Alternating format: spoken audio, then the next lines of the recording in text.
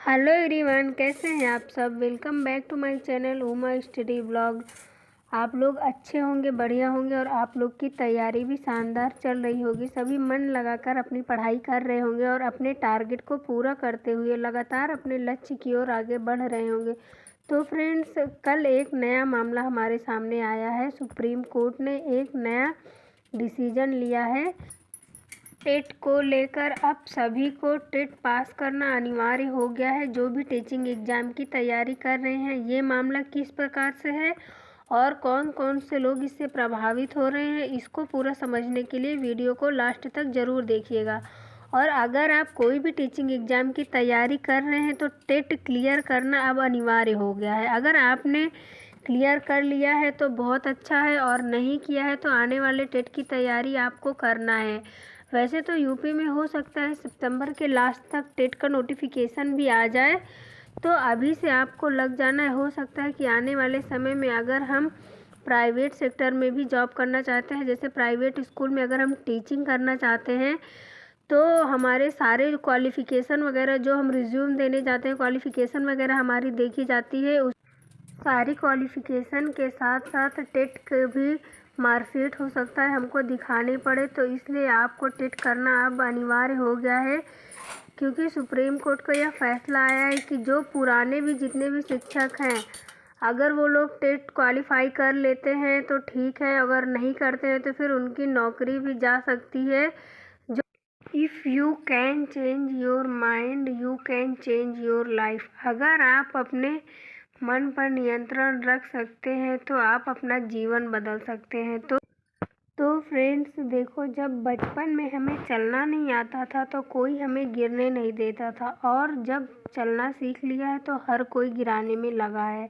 सोचो कितनी कहानी होगी उसके पास, जो शख्स अब किसी से कुछ नहीं कहता है, और रातों को नींद ना आना, टारगेट की टेंशन होना, बेवजह हर रोज़ बेचैन होना। अगर किसी ऐसी स्थिति से आप गुजर रहे हैं तो आपके अंदर ऐसा लक्षण अगर दिखाई दे रहा है तो यह बात आप समझ लेना कि अब आप इतिहास रचने वाले हैं। क्योंकि जो अपने कदमों की काबिलियत पर विश्वास रखते हैं वही अक्सर मंजिल पर पहुंचते हैं। अगर आप कुछ ऐसा पाना चाहते हैं तो आपने पहले कभी नहीं पाया है, तो आपको कुछ ऐसा करना होगा जो आपने पहले कभी नहीं किया है।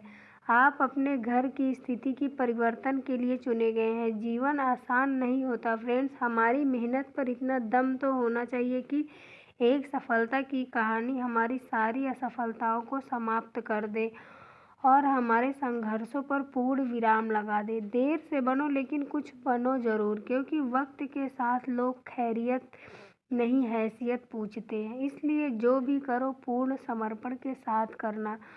उदय किसी का भी अचानक नहीं होता है फ्रेंड्स, सूर्य भी धीरे धीरे ही निकलता है और ऊपर की ओर उठता है। और एक बात ज़रूर याद रखना, उम्र से पहले समझदार हो जाते हैं वे लोग जिनके हिस्से में बचपन से ही दुख और जिम्मेदारी आती है, और अपने वही होते हैं जो संघर्षों के समय भी आपके साथ खड़े होते हैं। क्योंकि जब हम सफल हो जाते हैं तो पराये भी अपने हो जाते हैं।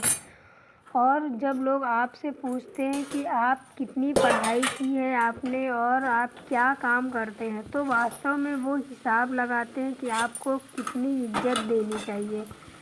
क्योंकि इस दुनिया में की सोच ही यही है कि आपको जो आपको मानना पड़ेगा, क्योंकि टाइम तो अपने रफ्तार में ही चलता है। अगर हम रुके तो लाइफ में बहुत पीछे हम चले जाएंगे। इसलिए चाहे धीरे ही सही लेकिन चलते रहो। जिस मेहनत से आज आप भाग रहे हैं वही मेहनत कल सफलता लाएगी। मैं अभी आ गई हूँ अपने किचन में, और आज मैं बना रही हूँ आलू मटर और पत्ते गोभी की सब्ज़ी।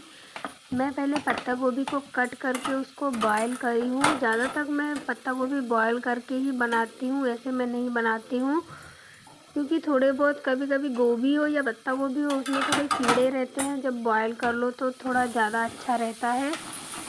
मैं अभी अद्विक को स्कूल छोड़ के आ गई हूँ और फिर उसके बाद मैं खाना बना रही हूँ। वैसे तो मैं जब टिफ़िन बनाती हूँ तो उसी के साथ बनाती हूँ। आज थोड़ा मुझे लेट हो रहा था तो इस वजह से मैं नहीं बना पाई थी। पहले फटाफट से मैंने टिफ़िन बनाया, उसके बाद मैं अद्विक को रेडी करके स्कूल छोड़ने गई और अब खाना मैं बना के फिर अपनी पढ़ाई शुरू करूँगी। तो 10 बजे से मैं आज अपनी पढ़ाई शुरू कर अभी मैं पढ़ रही हूँ साइंस, और साइंस में आज का मेरा टॉपिक था प्रोटीन। तो आप लोगों के साथ मैं कुछ अपनी नोट्स जो बनाई हूँ वो शेयर करूँगी। प्रोटीन का सबसे अच्छा स्रोत क्या होता है, तो वो मशरूम होता है। इसमें सोयाबीन से भी ज़्यादा प्रोटीन पाया जाता है। 51 से लेकर 56% तक इसमें प्रोटीन पाया जाता है। और फिर सेकेंड नंबर पे सोयाबीन आता है जो 40 से लेकर 42% तक इसमें प्रोटीन पाया जाता है। और इरेचिन प्रोटीन कहा जाता है कहाँ होता है, तो मूंगफली में होता है। और हार्डिन प्रोटीन पाया जाता है जौ में।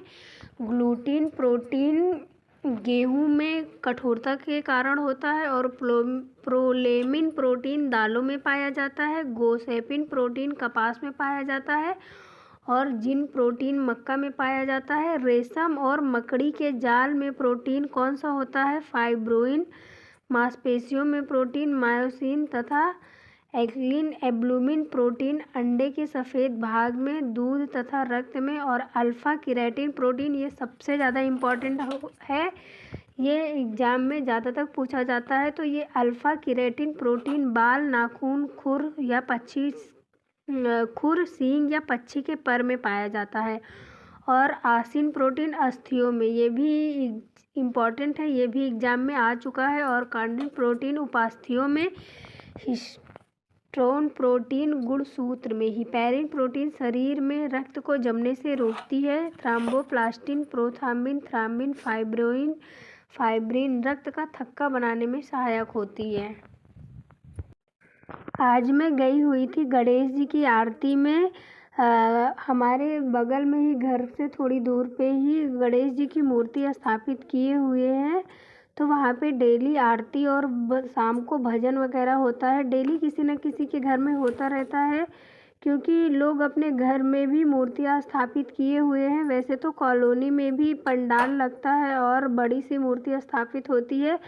जहाँ मैं आसपास रह रही हूँ यहाँ पे महाराष्ट्र के लोग थोड़ा ज़्यादा रहते हैं, तो ज़्यादातर त्यौहार या महाराष्ट्र का ये महाराष्ट्र में ही मनाया जाता है। और अभी तो धीरे धीरे सभी जगह प्रचलित हो रहा है, तो सभी लोग धीरे धीरे अदर स्टेट वाले भी अब मनाने लग गए हैं, लेकिन अभी ज़्यादातर महाराष्ट्र में ही मनाया जाता है। तो मेरे अगल बगल के लोग भी ज़्यादातर महाराष्ट्र के ही हैं, तो वो लोग बड़े ही धूमधाम से गणेश जी की मूर्ति को स्थापित करते हैं और बहुत धूमधाम से इसको मनाते हैं। तो मैं वहीं पे गई हुई थी। मैंने कुछ वीडियो रिकॉर्ड किया है जो आप लोगों के साथ में शेयर कर रही हूँ। वैसे तो डेली मैं नहीं जा पाती हूँ, इतना ज़्यादा टाइम नहीं मिल पाता है कि डेली मैं जाऊँ वहाँ पे। भजन वगैरह होता है तो उसमें ज़्यादा टाइम लग जाता है, कम से कम 2-3 घंटे लग जाते हैं, तो इतना टाइम मैं डेली नहीं निकाल पाती हूँ। और आज के प्रसाद में मोदक था, वो खुद बनाई हुई थी। और डेली कुछ नया नया प्रसाद रहता है, बहुत ही ज़्यादा अच्छा और टेस्टी बना हुआ था मोदक। अगर हम अपने स्टेट से अदर स्टेट में जाते हैं तो वहाँ के लोगों का रहन सहन, जो उनका खान पान रहता है, वो हमको कुछ नई नई चीज़ें हमको सीखने को मिलती है। और सच में अच्छा लग रहा था। आज मैं गई हुई थी, थोड़ा इन्जॉयमेंट वगैरह भी हो गया था, क्योंकि इतना अच्छे गाने गाती है, भजन वगैरह गाती है और डांस करती है, तो मन बहुत ही ज़्यादा खुश हो जाता है। तो आप लोग भी इस वीडियो को एंजॉय करिएगा ज़रूर।